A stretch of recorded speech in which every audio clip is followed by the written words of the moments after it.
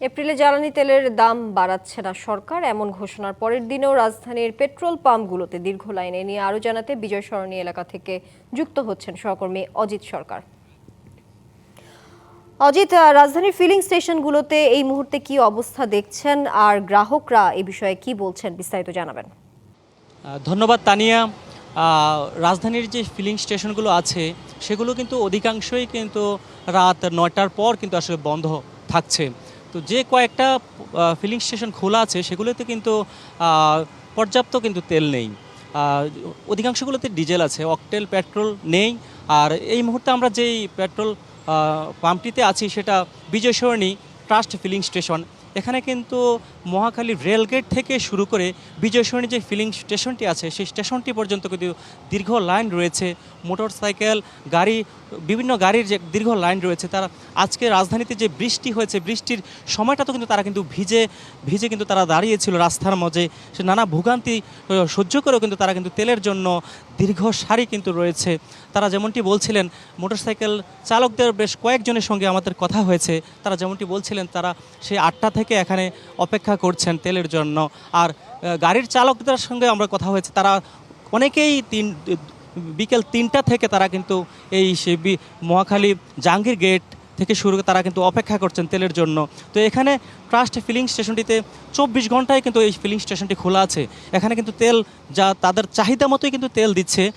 তারা কোনো ধরনের ভোগান্তি এখানে যদিও একটা চোখে পড়েনি। এখানে পর্যাপ্ত তেল আছে, তারা তেল পাচ্ছে, তবে দীর্ঘ লাইন নিয়ে কিন্তু তেলটা দিচ্ছে। আমরা একটু কথা বলার চেষ্টা করব। আপনি কখন থেকে অপেক্ষা করছেন এখানে তেলের জন্য? কোনো 8টায় অফিস থেকে বের হয়েছি, এখানে আসতে 7-8 মিনিট লাগছে। তখন থেকে বৃষ্টিতে ভিজে জ্বর চলে আসছে, তো কিছু তো করার নেই, তেল নিতেই হবে। 200-র বেশি সার্ভিস ও ফিচারে লেনদেনের সব বিকাশ অ্যাপে সম্ভব। ধন্যবাদ। আরও একটু কথা বলবো আমরা, যে আসলে আপনারা কেমন ভোগান্তি তেলের জন্য? দুপুর 3টার সময় সিরিয়ালে দাঁড়িয়েছি, এখন তো 11টা পার হয়ে গেছে, দীর্ঘ 8 ঘন্টা সিরিয়ালে দাঁড়িয়ে আছি। তো যাই হোক, আমরা পেট্রোল পাম্পে আসছি আলহামদুলিল্লাহ। এটার জন্য তো দায়ী হয়েছে আমেরিকা নামক ওই ট্রাম্পের উপর আল্লাহ গজব করুক, ওর কারণে আমরা কষ্ট পাচ্ছি। আর আমাদের মাননীয় প্রধানমন্ত্রী জনাব তারেক রহমানকে ধন্যবাদ জানাচ্ছি। উনি তেলের দাম না বাড়িয়ে মূল্যস্ফীতি ঠিক রাখছে, সেজন্য ওনাকে ধন্যবাদ, হাজার হাজার শুকরিয়া। আপনারা কি চাহিদা মতো তেলটা পাচ্ছেন বা অন্যান্য পাম্পগুলোর অবস্থা কি? অন্যান্য পাম্প যেটা সমস্যা হচ্ছে, সিরিয়ালে দাঁড়াচ্ছি, পাম্পে তেল শেষ হয়ে যাচ্ছে। সেই পাম্পটা সেটা এই থেকে আলাদা, তেল শেষ হচ্ছে না, তেল দিতেই তারা মানে কন্টিনিউ রাখছে আর কি, সবসময় রাখছে, এটার জন্য ভালো। ধন্যবাদ।